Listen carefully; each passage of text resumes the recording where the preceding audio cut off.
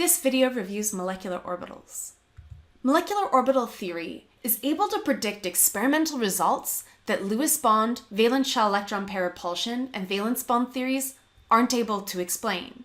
For example, unlike other theories, molecular orbital theory is able to explain why O2 is paramagnetic, meaning that it's attracted towards a magnet.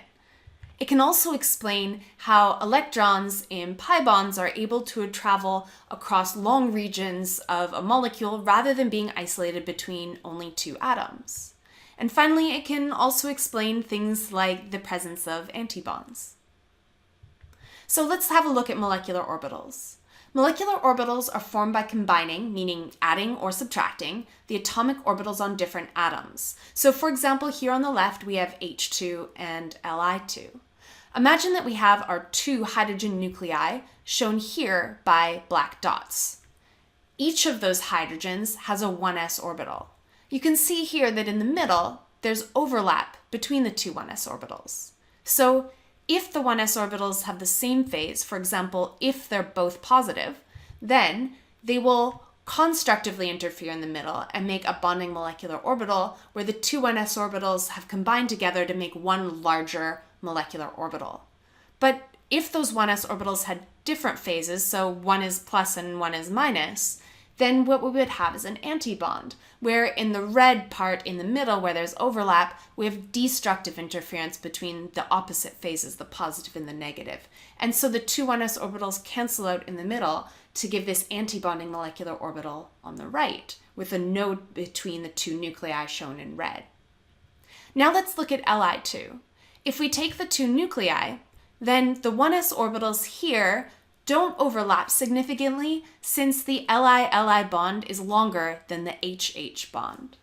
And so if they're in the same phase, we get a molecular orbital that essentially just looks like the separate atomic orbitals since there wasn't significant overlap. And if they're in opposite phases, our antibond essentially looks like the two separate atomic orbitals as well. But on Li2, we also have another set of atomic orbitals interacting, the 2s orbitals. And here, we do get significant overlap since the 2s orbital is larger than the 1s, and it's also larger relative to the Li-Li bond length. So where we have this overlap in the middle, if our two 2s orbitals have the same phase, for example, both positive, we get constructive interference in the middle, meaning the 2s orbitals are combining together to make a large bonding orbital like this one here in purple.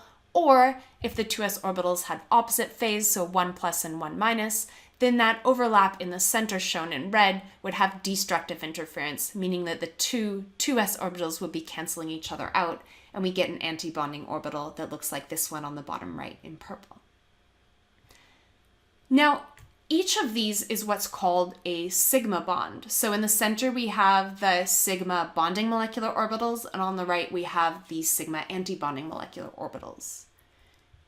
If we look at this cylinder here, and we draw a red line through it, imagining that going through the center, if we rotate this cylinder around that red line, so around that axis, we could see that it would look the same in all directions. So we call that cylindrically symmetrical. We call such symmetry sigma symmetry. And so each of these bonds also has sigma symmetry. If we imagine drawing a line that passes through both the nuclei, so both the black dots on each of these orbitals, and then we imagine rotating around that line, these orbitals are all symmetric when rotated around that line, so they're all called sigma orbitals.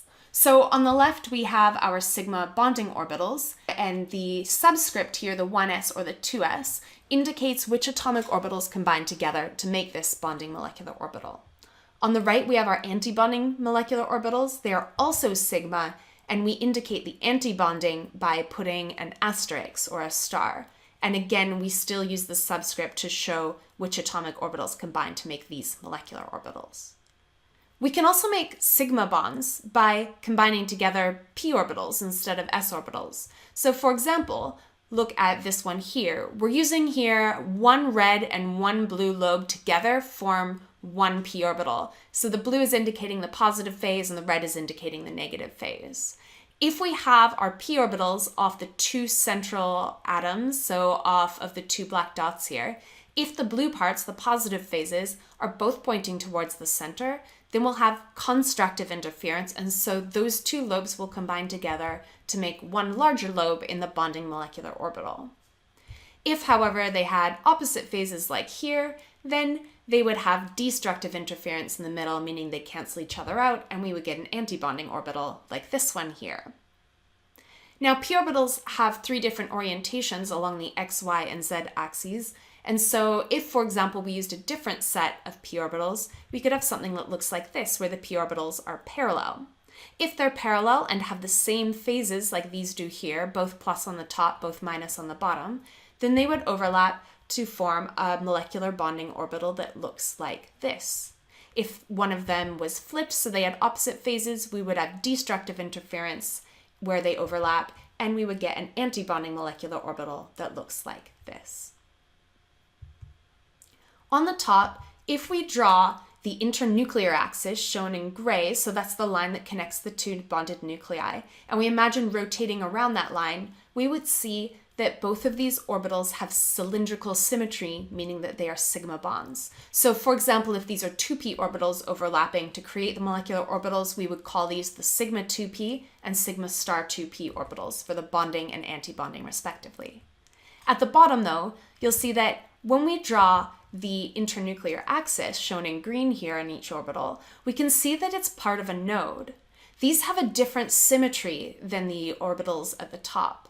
When the internuclear axis, or the bonding axis, is part of a node, we say that the bonds have pi symmetry.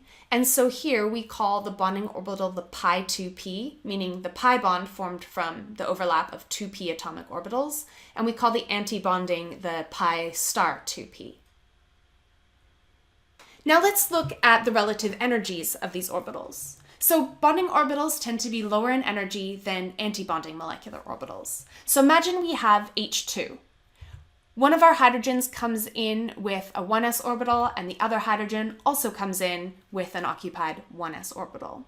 When these two 1s orbitals combine, they could combine either in the same phase to make the bonding orbital as we saw before, or they combine in opposite phases to make the antibonding orbital as we saw before. Notice that the bonding orbital is lower in energy than the initial atomic orbitals, and the antibonding is higher in energy than the initial atomic orbitals. Each hydrogen starts out with one electron, and so when they come together to make a bond, those two electrons both go to the lowest energy molecular orbital.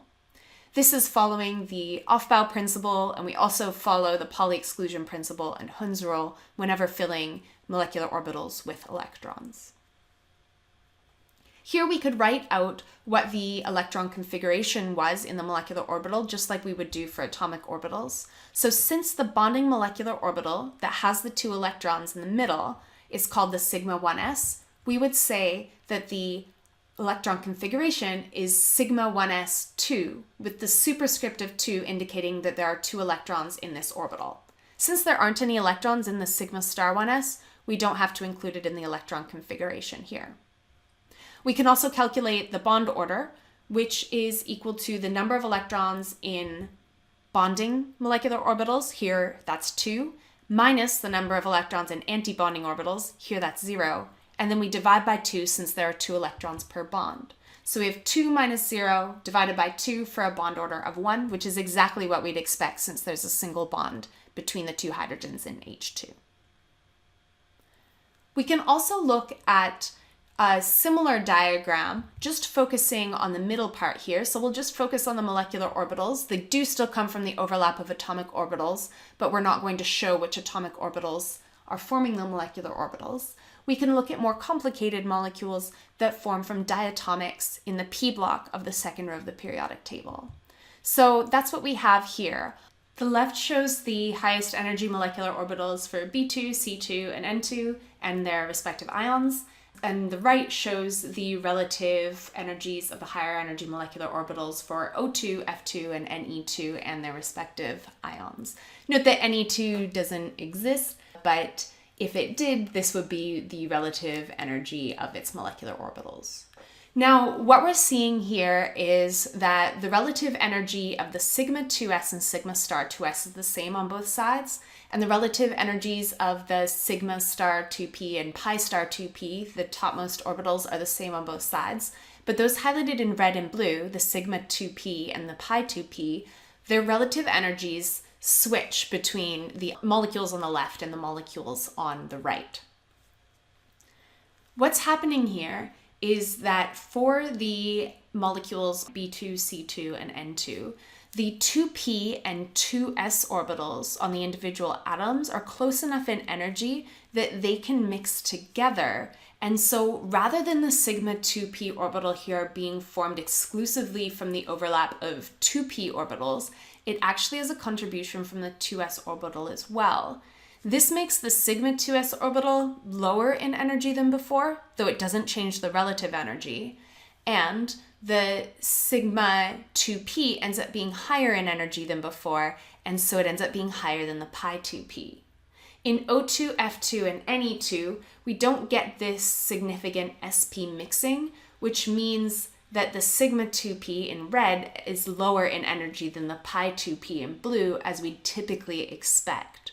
So in B2, C2, and N2, what happens is that the red orbital moves relatively up in energy due to a contribution to this orbital from the 2s as well as the 2p. And so just remember when you're writing out the molecular orbitals for these two different diatomics that depending on whether you're on the left side or right side of the second row p block, the relative energies of the sigma and pi bonds formed by the overlap of 2p orbitals is different. In summary, molecular orbitals are formed by adding and subtracting atomic orbitals. When these atomic orbitals overlap with the same phase, they have constructive interference, which leads to bonding molecular orbitals with lower energy than the original atomic orbitals. So something like this lower energy bonding molecular orbital. If the atomic orbitals overlap with opposite phases, then we get destructive interference, which leads to a higher energy antibonding molecular orbital. We can get antibonding molecular orbitals or bonding molecular orbitals, and to differentiate them, we can always see that the antibonding molecular orbitals have a node that is perpendicular to the line that connects the bonded nuclei, like those shown here in green, whereas the bonding molecular orbitals don't have this node between the two bonded nuclei. We also saw that we have two different types of symmetry that we can get in bonds, so both sigma and pi. A pi molecular orbital always has a node that includes the internuclear axis, so something like this shown in purple, whereas the sigma molecular orbitals don't have that node that connects the two bonded nuclei. When we are putting electrons into molecular orbitals, we follow the Aufbau principle, Pauli exclusion principle, and Hund's rule. So for example, if this was my set of molecular orbitals and I had 12 electrons to put into it, I would start from the lowest energy molecular orbital. So I'd fill in 1, 2, 3, 4, 5, 6. Now I have two orbitals that have the same energy, so I'd put one in each before pairing up any electrons. So 7, 8, and then pair up 9, 10. I have two more electrons, so 11, 12, one in each of the degenerate orbitals. So this would be my full electron configuration, and I could write it out by saying that I have 2 electrons with a superscript of 2 in the sigma 2s, 2 electrons in the sigma star 2s, 2 electrons in the sigma 2p, 4 electrons in the pi 2p, and 2 electrons in the pi star 2p. Notice that this diagram and electron configuration haven't included the sigma and sigma star 1s molecular orbitals. We could also calculate the bond order here. So what we do is take the number of electrons in bonding molecular orbitals, so those are the ones without the star, here that is 8 electrons, and we subtract the number of electrons in antibonding orbitals, here that's 4 electrons, then divide by 2 since there's 2 electrons per bond to get a bond order of 2. Finally, we see that for the homonuclear diatomics formed from the elements in the second row of the p block of the periodic table, that when we have the 2p orbitals overlapping to form sigma and pi bonds, the sigma bonding MO is higher in energy than the pi bonding MO for B2, C2, and N2. So that's shown on the left where we see that the red orbital is higher in energy than the blue. But once we get over to O2, F2, Ne2, and their ions, we can see that these relative energies switch. So the pi 2p in blue is higher in energy than the sigma 2p in red. The reason for this switch is that for B2, C2, and N2, there is sp mixing, which causes the sigma 2p to be higher in energy, whereas the O2, F2, and N2, any two molecules would not have this sp mixing, and so the sigma 2p remains lower in energy.